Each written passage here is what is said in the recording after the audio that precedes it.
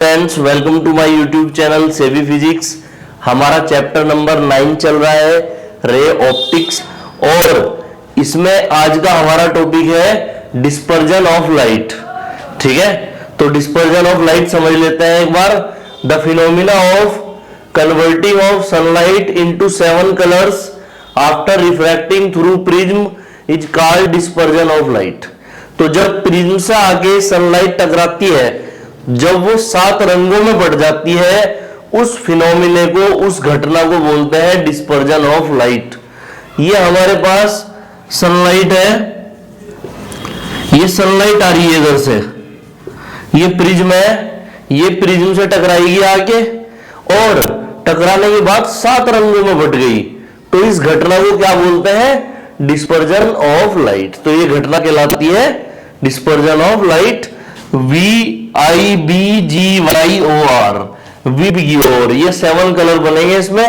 V से violet, I से Indigo, B से ब्लू, G से ग्रीन, Y से येलो, O से ऑरेंज, R से रेड। ये स्क्रीन है। ठीक है, स्क्रीन पर आगे लाइट हमें दिखाई देंगी 7 रंगों में। देखिए अगला टॉपिक देखते हैं हम अपना, डिस्पर्जिव पावर। डिस्पर्जिव पावर क्या होती है? The ratio of angle of dispersion to the angle of deviation of the mean yellow is called dispersive power. It is denoted by omega. तो ये किस किस का रेशो होती है? ये रेशो होती है एंगल ऑफ डिस्पर्जन का, जिसको थीटा बोलते हैं, और एंगल ऑफ डेविएशन का, मीन वाले का। मीन वाले का मतलब येलो का। अगर आप विबग्योर लिखोगे तो वाई जो होता है येलो, उसको बीच में माना जाता है उसमें। अब इसमें आप इसको जब फॉर्मूले की फॉर्म में लिखोगे, omega equals to theta upon delta Y लिखोगे।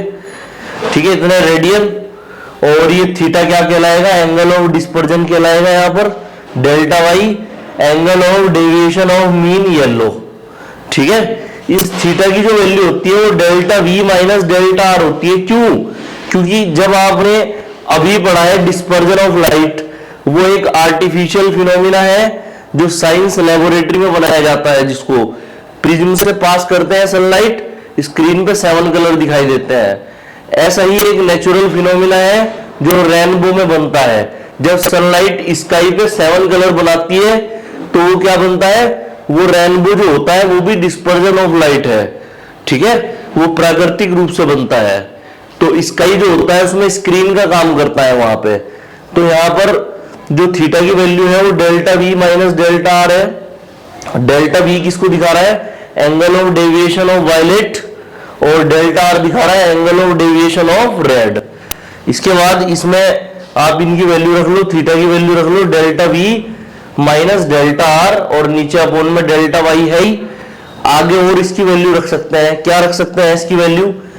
आपने अभी पढ़ा है कि जो हमारा पिछला टॉपिक है उसमें हमने जब प्रिज्म का, इससे पिछले वाली वीडियो में जब हमने प्रिज्म का फॉर्मूला डिराइव किया था, तो उसमें रिफ्रैक्टिव इंडेक्स का फॉर्मूला निकला था। रिफ्रैक्टिव इंडेक्स स्मॉल एन, हमने उसको डिराइव किया था। साथ ही साथ हमने स्मॉल एंगल के लिए एक फॉर्मूला और वहां पे डिराइव किया था, जिसमें हमारी वैल्यू डेल्टा इक्वल्स टू आई थी N minus 1 into R. R नहीं, वहां पर ए था। ठीक है, डेल्टा इक्वल्स टू ये आया था हमारे पास।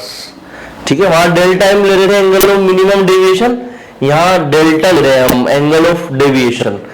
तो अगर उस हिसाब से देखा जाए तो डेल्टा की वैल्यू क्या है? n माइनस 1 इंटू ए है। तो यहाँ पर हम सबकी वैल्यू इस फॉर्म में रख सकते हैं। तो मैं इन सबकी वैल्यू ऐसा रख सकता हूं, जैसे मेरे पास डेल्टा वी है तो इसकी वैल्यू में N V minus 1 into A ऐसे। डेल्टा आर है, इसकी value N R minus 1 into A upon में डेल्टा वाई है, इसकी value N Y minus 1 into A. ठीक है, तो अब इसकी माइनस की मल्टीप्लाई अंदर कर दो। ठीक है, तो माइनस की जब आप अंदर कर दोगे और साथ ही साथ आप ए की भी कर दो, इस ए की भी अंदर कर दो। सोल्व कर लेते हैं यहां से। N V A minus A minus N R A minus minus plus A N Y minus 1 into A. आ जाएगा। कुछ कट रहा है उसे काट लो, इससे कट गया। ए कॉमन ले लो वहां से, ए कॉमन आ गया तो ओमेगा बराबर N V minus N R into A upon N Y minus 1 into A से ए कट गया, जो बचा उसे लिख दो, ओमेगा बराबर N V minus N R upon N Y minus 1, इतने रेडियन आंसर आ गया ये। ठीक है, तो देखो ये किस तरह से हमारे पास नया फॉर्मूला रिफ्रैक्टिव इंडेक्स की फॉर्म में बन गया। एनवी रिफ्रैक्टिव इंडेक्स किसका है, वायलेट कलर का, N R refractive index red colour का, N Y refractive index yellow colour का। इसी तरह से यहां पर delta V angle of deviation है वायलेट का, delta R angle of deviation है रेड का, और delta Y angle of deviation है येलो का। देखिए अब पढ़ते हैं एस्ट्रोनॉमिकल टेलीस्कोप। तो एस्ट्रोनॉमिकल टेलीस्कोप क्या होती है, an instrument which is used to see the far objects clearly is called astronomical telescope।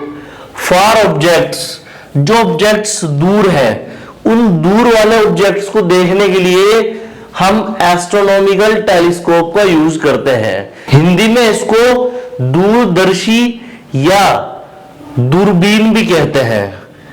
It is also called refracting telescope, इसे रिफ्रैक्टिंग टेलीस्कोप भी कहा जाता है। उसका क्या रीजन है, उसका रीजन है कि इसमें कॉन्वेक्स लेंस का लगा हुआ होना। तो इसमें क्या लगे हुए होते हैं, कॉन्वेक्स लेंस लगे हुए होते हैं दो, उस वजह से इसे रिफ्रैक्टिंग टेलीस्कोप बोलते हैं, क्योंकि लेंस क्या करता है, लाइट को रिफ्रैक्ट करता है। इसके बाद इसका एग्जाम्पल देख लेते हैं, ये क्या क्या देख सकती है। फॉर एग्जाम्पल सन एक स्टार है, उसे देख सकती है ये। प्लैनेट्स जैसे अर्थ हुई उसे, सैटेलाइट्स जैसे मून एक नेचुरल सैटेलाइट है उसे देख सकती है, एस्टेरॉइड्स ईटीसी, तो एस्टेरॉइड को देख सकती है। जो भी चीज दूर है उसे देख सकती है। इसके अलावा ये आर्टिफिशियल सैटेलाइट जो होती है उन्हें भी देख सकती है। कंस्ट्रक्शन देख लेते हैं इसका। It consist of two coaxial cylindrical tubes, तो इसमें दो कोएक्सियल सिलेंड्रिकल ट्यूब्स होती है। Out of which one tube is long and wide while the other tube is small and narrow.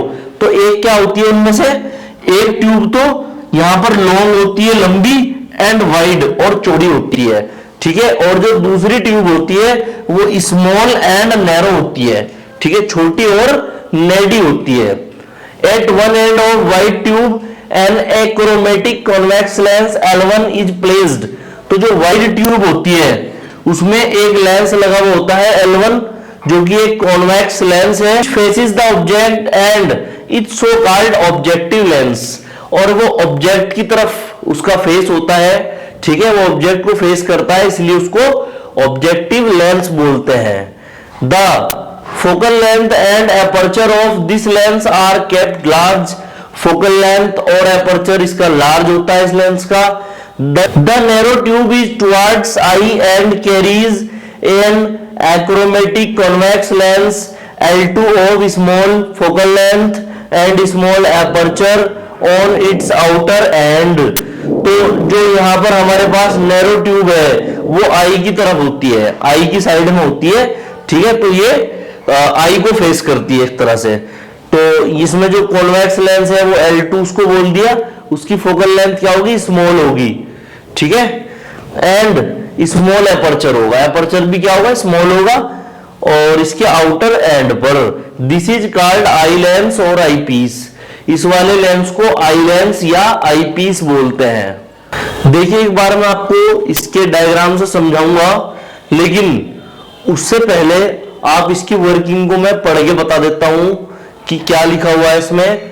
Suppose A B is an object whose end A is on the axis of telescope.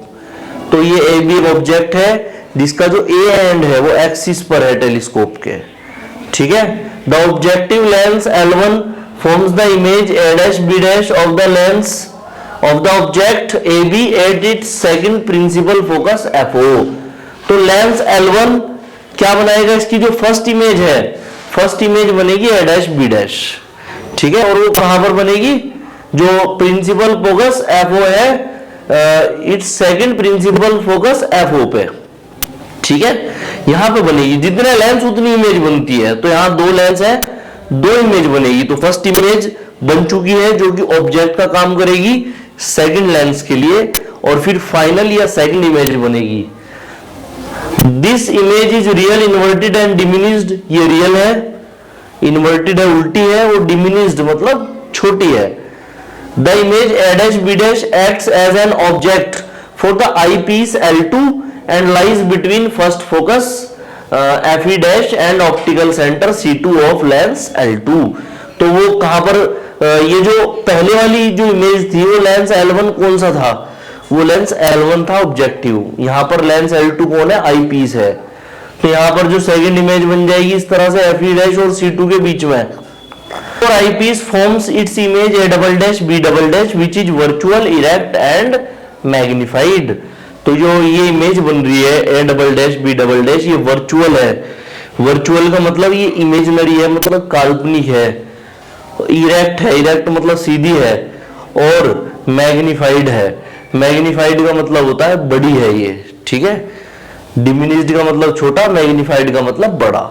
अब इस तरह से एक principal axis लो आप, इस तरह से ले लिया आपने प्रिंसिपल एक्सिस, यहाँ ऑब्जेक्ट रख दो, ये एक AB ऑब्जेक्ट है, ये देखो प्रिंसिपल एक्सिस पे आ गया, ठीक है। 2 लेंस बनाओ, एक बड़े वाला लेंस बनाओ इस तरह से, एक छोटा वाला लेंस बनाओ ऐसे, ठीक है। इस बड़े वाले लेंस को बोलते हैं ऑब्जेक्टिव, और छोटे वाले को बोलते हैं आई पीस, ठीक है। इस तरह से बोलते हैं। इसको O लिखते हैं यहां पर, इसको E लिखते हैं यहां पर। 2 फोकस होते हैं लेंस के ऑलवेज, हमेशा, ठीक है, एक इधर और एक इधर। तो इधर फोकस FO, इधर FO', इधर FE, इधर FE', ठीक है। अब आगे क्या करेंगे, देखो आगे समझ लो। उसमें 2 रे निकाल लेंगे, 2 रे से इमेज बन जाएगी, फाइनल इमेज इसकी हो जाएगी यहां पर। अब फर्स्ट रे इस तरह से निकाल लो आप, पैरेलल आई फर्स्ट रे, और ऐसे फोकस में को पास हो गई फोकस में को पास। दूसरी रे कहीं से भी निकाल लो आप, दूसरी रे आप एक काम करो, यहां से निकाल लेते हैं ऐसे, ऑप्टिकल सेंटर में से इस तरह से गई है, ऑप्टिकल सेंटर से दोनों क्रॉस कर रही है। जहां पे उसने क्या कहा था, देखो पहली इमेज कहां बन रही है, A', B', जो इमेज है at its second principal focus FO, तो FO से निकल के जा रही है, और यहाँ पे इमेज बन रही है A' और B', ये इमेज बन गई, ठीक है। अब यहाँ पे जब ये चल जाएगी इस तरह से, तो अब ये कौन सा आई पीस है जो फर्स्ट इमेज बन गई, इस आई पीस के लिए ऑब्जेक्ट का काम करती है। तो फाइनल इस तरह से ये दोनों रे से कन्वर्ज हो जाएंगी। क्या हो जाएंगी, कन्वर्ज, क्योंकि कॉन्वेक्स लेंस का बिहेवियर होता है कन्वर्जिंग, ठीक है, या इसको हम कन्वर्जिंग लेंस भी बोलते हैं। तो यहाँ ह्यूमन आई में चली गई ऐसे, ये ह्यूमन आई है हमारी, ये ह्यूमन आई, ठीक है, ये है ह्यूमन आई। अब जब इसको पीछे तक मिलाएंगे ऐसे, तो इसकी वर्चुअल इमेज बनेगी। ये तो रियल बन रही है, देखो इन्वर्टेड है और डिमिनिश्ड है, छोटी है, लेकिन एक सेकंड इमेज बनेगी जो कि फाइनल इमेज बनेगी इस तरह से, जो कि हमारी क्या होगी, जो हमारी वर्चुअल, इरेक्ट और मैग्नीफाइड होगी। ये दोनों रे मिलेगी, ये इमेज बन गई हमारी A', B', जो कि वर्चुअल, इरेक्ट और मैग्नीफाइड इमेज बनी यहाँ पे, ठीक है। तो इस तरह से देखिए, अब समझते हैं मैग्नीफाइंग पावर। मैग्नीफाइंग पावर देख लेते हैं एक बार।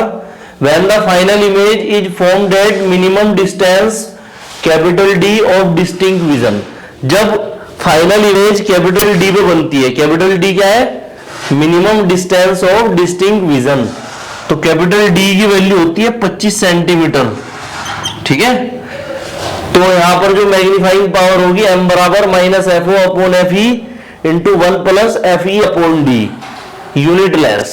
ठीक है, यहां पर इन वर्ड्स के मीनिंग समझ लो। जैसे ये लिखा हुआ है FO, ये क्या है, ये तो पता ही चल गया। D क्या है, minimum distance of distinct vision है तो, ठीक है, उससे वो डिस्टेंस जहां से पहले तक हम नहीं देख सकते, 25 सेंटीमीटर से पहले का हम नहीं देख सकते, मिनिमम 25 सेंटीमीटर का हम देख सकते हैं। ठीक है, FO क्या है, focal length of objective, focal length of objective. ठीक है, और FE क्या है, FE है यहां पर focal length of eyepiece, focal length of eyepiece. ठीक है, यहां पर D तो बता ही दिया कि minimum distance of distinct vision है। कैपिटल M क्या है, मैग्नीफाइंग पावर है। इसके बाद इसकी लेंथ क्या होगी, L है लेंथ ऑफ टेलीस्कोप। L की वैल्यू क्या होती है, FO प्लस UE, इस वाले केस में लेंथ ऑफ टेलीस्कोप। ठीक है, तो FO तो पता ही है, फोकल लेंथ ऑफ ऑब्जेक्टिव है, O फॉर ऑब्जेक्टिव बनेगा, E फॉर आई पीस। तो इस तरह से UE क्या है, distance of object, distance of object कहां से, फ्रॉम आई पीस। कहां से डिस्टेंस है ये, आई पीस से। ठीक है, ये वाला केस एक तरह से बनाया हुआ केस है, क्योंकि देखो पास की वस्तुओं को देखने के लिए या ऑब्जेक्ट को देखने के लिए ये टेलीस्कोप वर्क नहीं करती, टेलीस्कोप वर्क करती है दूर के ऑब्जेक्ट को देखने के लिए। तो नंबर 2, अब ये वाला जो नंबर 2 केस है, ये मेन केस है टेलीस्कोप का, क्योंकि हमें दूर की ही चीजें देखनी है टेलीस्कोप से। वो तो कॉन्वेक्स लेंस दूर की भी दिखा देता है हमें, और हमें पास की भी दिखा देता है, इसलिए दोनों केस लिए इसमें, और इसमें 2 कॉन्वेक्स लेंस लगे हुए हैं। इन नॉर्मल एडजस्टमेंट पोजीशन, देखिए नॉर्मल एडजस्टमेंट पोजीशन में, तो नॉर्मली जब हम इसको यूज करेंगे टेलीस्कोप को, तब the final image is eyepiece, the final image is formed infinity, at infinity. तो फाइनल इमेज कहां बन रही है, इन्फिनिटी पर बन रही है, एट इन्फिनिटी। तो M equals to magnifying power M आ जाएगी -FO upon FE, unitless होगी L बराबर FO प्लस FE इतने मीटर। ठीक है, M किसको दिखा रहा है यहाँ पर, मैग्नीफाइंग पावर। वीडियो को बहुत ज्यादा लाइक करें, शेयर करें और चैनल को सब्सक्राइब करें। अगर आपको कोई भी डाउट आ रहा है फिजिक्स में तो वो आप कमेंट सेक्शन में कमेंट करके पूछ सकते हैं। Thanks for watching my video.